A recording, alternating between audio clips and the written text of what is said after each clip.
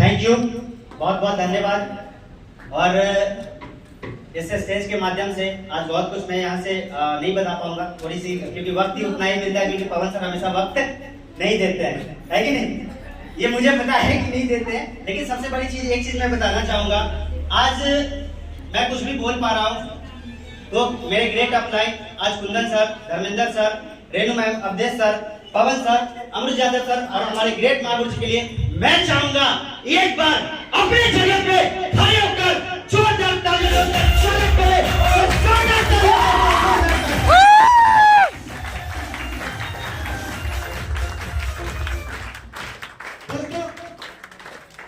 दोस्तों, आज मैं एक चीज बताना चाहूंगा इस स्टेज के माध्यम से। शायद मैं अपने जीवन में ये चीज हकदार हूं और ये मैं करके आज मैं बताना चाहूंगा, लेकिन इसके लिए मैं बताने से पहले एक चीज बताना चाहूंगा।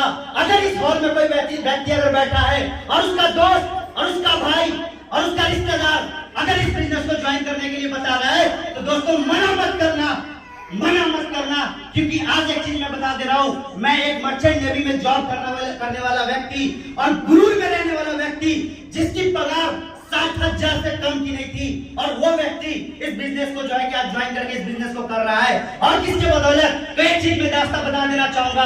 कैसे? तो एक बार जो है कि पवन सर आए थे कुंदन सर के यहाँ पे, और तब मेरी नौकरी थी मर्चेंट नेवी की। ऐसी वैसी नौकरी नहीं थी, मर्चेंट नेवी की नौकरी थी दोस्तों। As a senior chief cook appoint होकर के मैं जॉब कर रहा था, अपने नीचे लोगों को खटवाता था, अपने नीचे लोगों से काम करवाता था, और करवा करके मैं अपने आप को बादशाह समझता था। लेकिन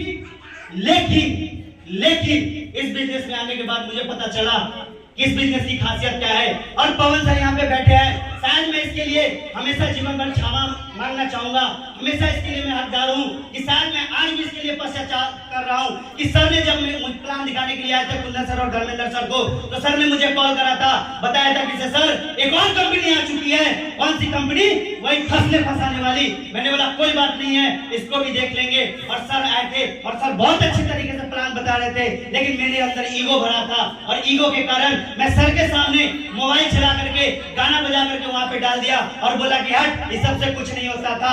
लेकिन सबसे बड़ी बात बता दूं, उस समय मेरे पास नॉलेज नहीं था कि इस बिजनेस से क्या हो सकता है, इस बिजनेस से क्या हो सकता है, ये मुझे पता नहीं था। और आज जाकर के पता है कि इस बिजनेस से क्या हो सकता है।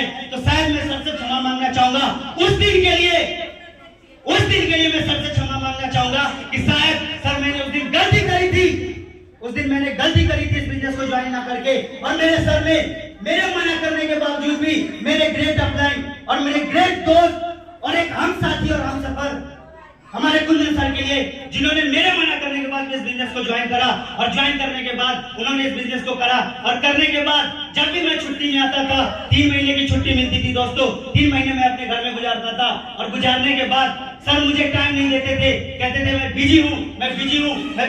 मैंने बोला ऐसा कौन सा काम कर लिया जो बिजी हुआ, ऐसा कौन सा काम करा?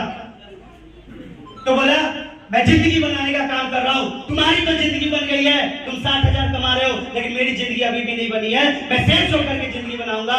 और मैं बिना प्लान देके कहा कोई बात नहीं, मैं काम नहीं करूंगा, लेकिन मुझे आपका वक्त चाहिए। जहां भी घूमोगे मैं घूमूंगा, जहां भी जाओगे मैं जाऊंगा, क्योंकि मुझे आपके साथ रहना है। और रहते रहते मैंने कहा क्या लगेगा मुझे बताओ? बोली कि एक आईडी लगेगी। क्या लगेगी? एक आईडी लगेगी। और आईडी लगाने को मैंने बोला कितना पगार देना होगा, कितने पैसे देने होंगे ये बताओ? सर ने बोला 500 रुपए लगेंगे। सर ने क्या बोला? 500 रुपए लगेगा। उसी वक्त मैंने पैसे ट्रांसफर करे और मेरी आईडी लगाइए, मैं आपको आईडी का पैसे देता हूँ। फिर सर ने बोला 500 से काम नहीं चलेगा, कुछ सामान भी लेना होगा। मैंने बोला सबसे महंगा वाला सामान बताओ क्या मिलेगा, वो मैं लेकर के आपके साथ में रहना चाहता हूँ। तो दोस्तों उस वक्त सर ने 15,000 की खरीदारी करवाई थी मेरे से, और कहा था कि 200 बिजनेस वाले से इस बिजनेस को प्रमोट कर रहा हूँ आपको। और दोस्तों आज शायद मैं दोनों सर को मैं यहाँ पे कॉल करना चाहूंगा, और वो कोई और नहीं, मेरी ग्रेट अपलाइन कुंदन सर और धर्मेंद्र